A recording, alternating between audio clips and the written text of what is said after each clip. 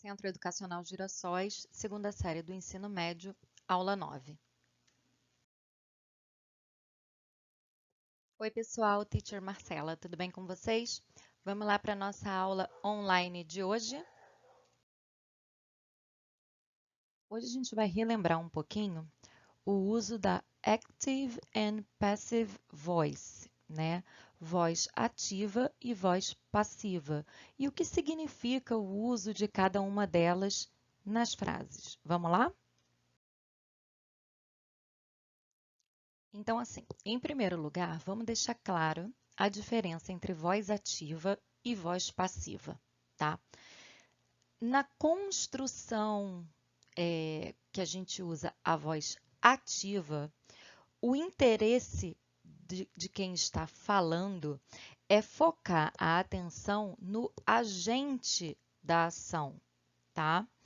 Então, por exemplo, someone cleans the office every day. Alguém limpa o escritório todo dia. Eu estou deixando claro que alguém realiza essa tarefa todos os dias, tá? Já na voz passiva, o que se pretende com o uso da voz passiva é, ao invés da gente focar a atenção no agente, na pessoa que está realizando a ação, a gente quer enfatizar, né, o elemento, a pessoa, o objeto que está sendo afetado pelaquela ação. Então, no exemplo da voz passiva, the office is cleaned every day.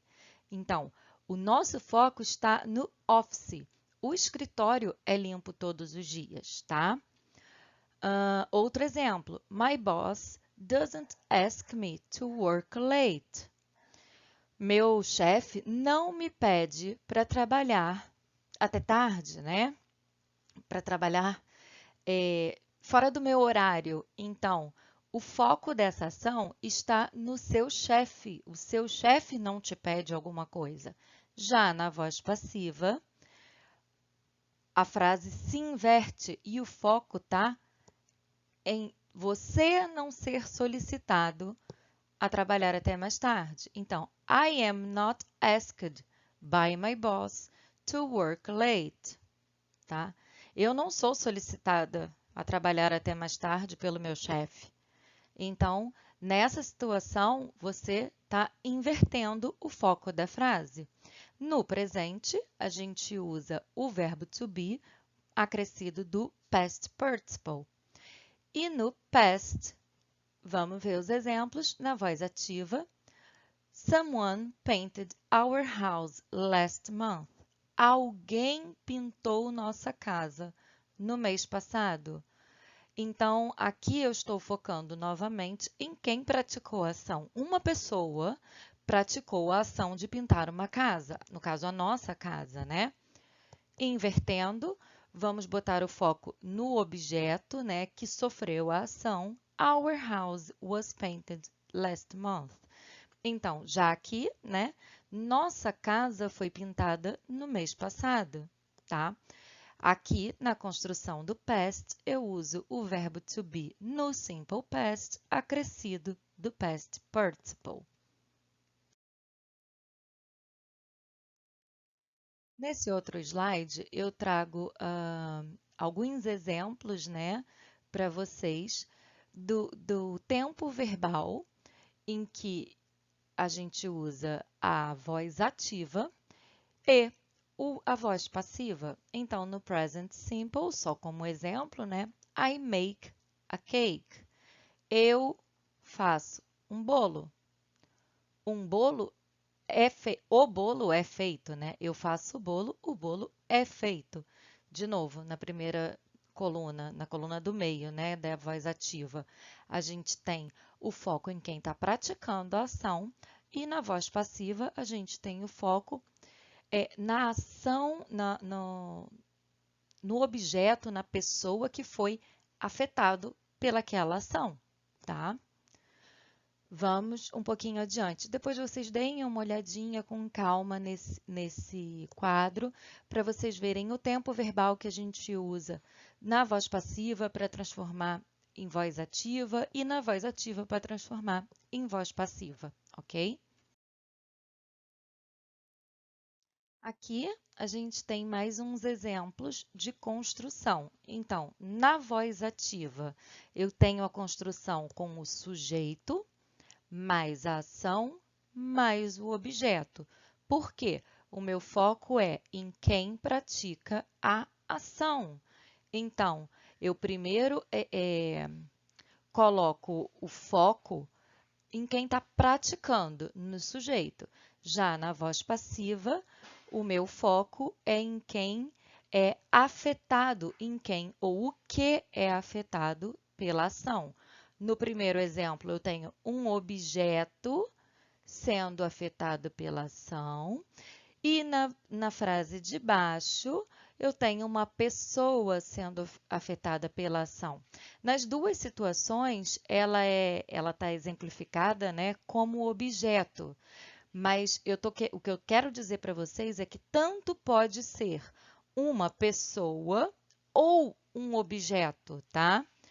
Então, na frase de cima, the car was driven off the road by Sally. Então, the car, objeto, was driven, ação, by Sally, Sally, sujeito, tá? Apesar de que eu poderia não citar a Sally, eu poderia ter só o objeto ou pessoa que sofreu a ação mais a ação, tá? Frase de baixo, a mesma coisa. Timmy was bitten on the arm by the dog, tá? O Timmy foi mordido no braço pelo cachorro. Mas, de novo, o meu foco está em quem sofreu a ação.